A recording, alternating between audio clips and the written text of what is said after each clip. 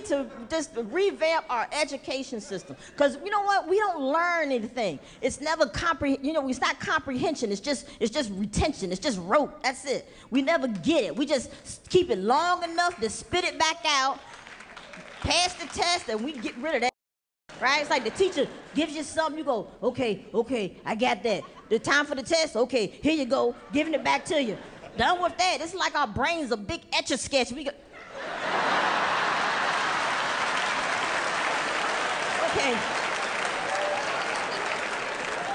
Next subject. You know why this is funny? It's because it's true. You've had to learn things, then forgot them faster than you learned them. And unfortunately, kids today still are. And I have to tell you that I appreciate it anytime someone points out that it's the what and the how we are teaching that is the problem in schools. All too often, school reform models point to funding schemes and other things that really aren't pointed at what I consider to be the heart and soul of the school, the teaching and the learning. And that's what we really need to focus on in school reform. And in that discussion, we need to consider new subjects and fields of study, such as technology and engineering, not just those things that have become ingrained in school tradition. Welcome to Education for Innovation. I'm Dave Janosz. What you find as you look at how students study technology and engineering in schools is actually very well grounded in learning theory, both traditional and contemporary. Let's consider an age-old model used to describe the ways and means of student learning. It's called Bloom's taxonomy. And if you ask any educator what it is, they'll be able to tell you about it. It presents a hierarchy of types of educational objectives, and at the bottom you have the things that are relatively easy for the students to do, learn for knowledge and comprehension. Knowledge means simply knowing, for example, basic knowledge and facts. And comprehension may mean that a student is able to do something a bit more advanced to demonstrate their understanding, such as comparing and contrasting things. Then as you move up to what are known as the higher order thinking skills, you find things like application, analysis, synthesis, and evaluation. Well, the basic point here is that too often still, our schools are too heavily invested in the basic knowledge and comprehension. And what research tells us is that when students have the opportunities to do the things that would fall into the upper areas of this model, that they learn the material better. They recall things longer, and things tend to make more sense. Actually, part of the problem here is that those things at the higher levels of our Bloom's model are very difficult to assess. And because no one can seem to figure out how to broadly assess it, which, by the way, is usually done for the sake of comparing school districts to rank or fund them, we end up losing what every educator seems to know is valuable. Another very commonly accepted theory in education is that of Gardner's multiple intelligences. In short, this theory and associated research tells us that if we could teach to more of the different ways students learn, the better they will learn what you're teaching. This means that we want to teach to the visual spatial, bodily kinesthetic, logical mathematical, and the other ways that students acquire knowledge, because they all learn differently. So again, let's hear from some practitioners describe what they do with technology and engineering students. I think you'll find some much better approaches to teaching and learning, and ones that are grounded properly in learning theory. School may have done more damage than good because they're always told what to think and what to remember. And we need to change that and teach them how to take a little risk, how we don't know what the answer is to everything all the time, and there's multiple answers, and some are better than others.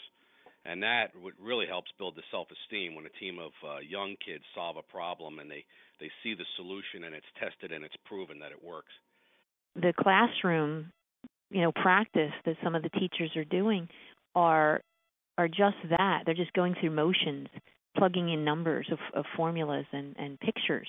And yet when they have to do it from scratch and lay out where side A, B, and C are, and angle A, B, and C on a triangle or something, they don't know where to begin. Because I took the time to show them where it really applied to something, and they needed the information to finish the design of their product, it meant something, and they're more likely to remember it and be able to use it again.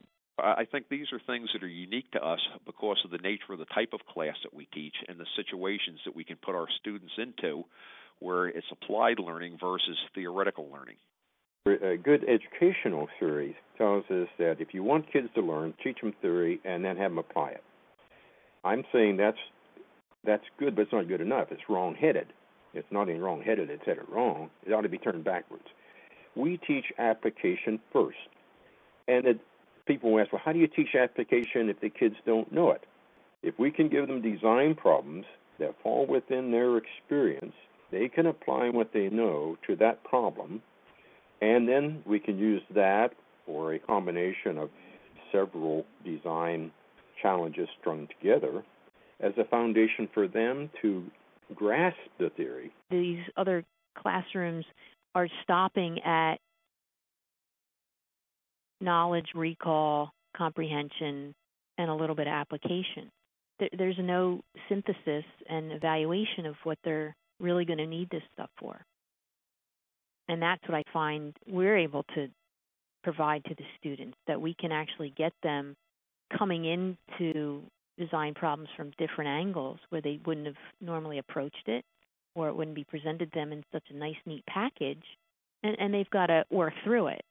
I think that the content I'm giving them in the context that it's given is much more valuable than specifically requiring them to know every little thing about some particular topic.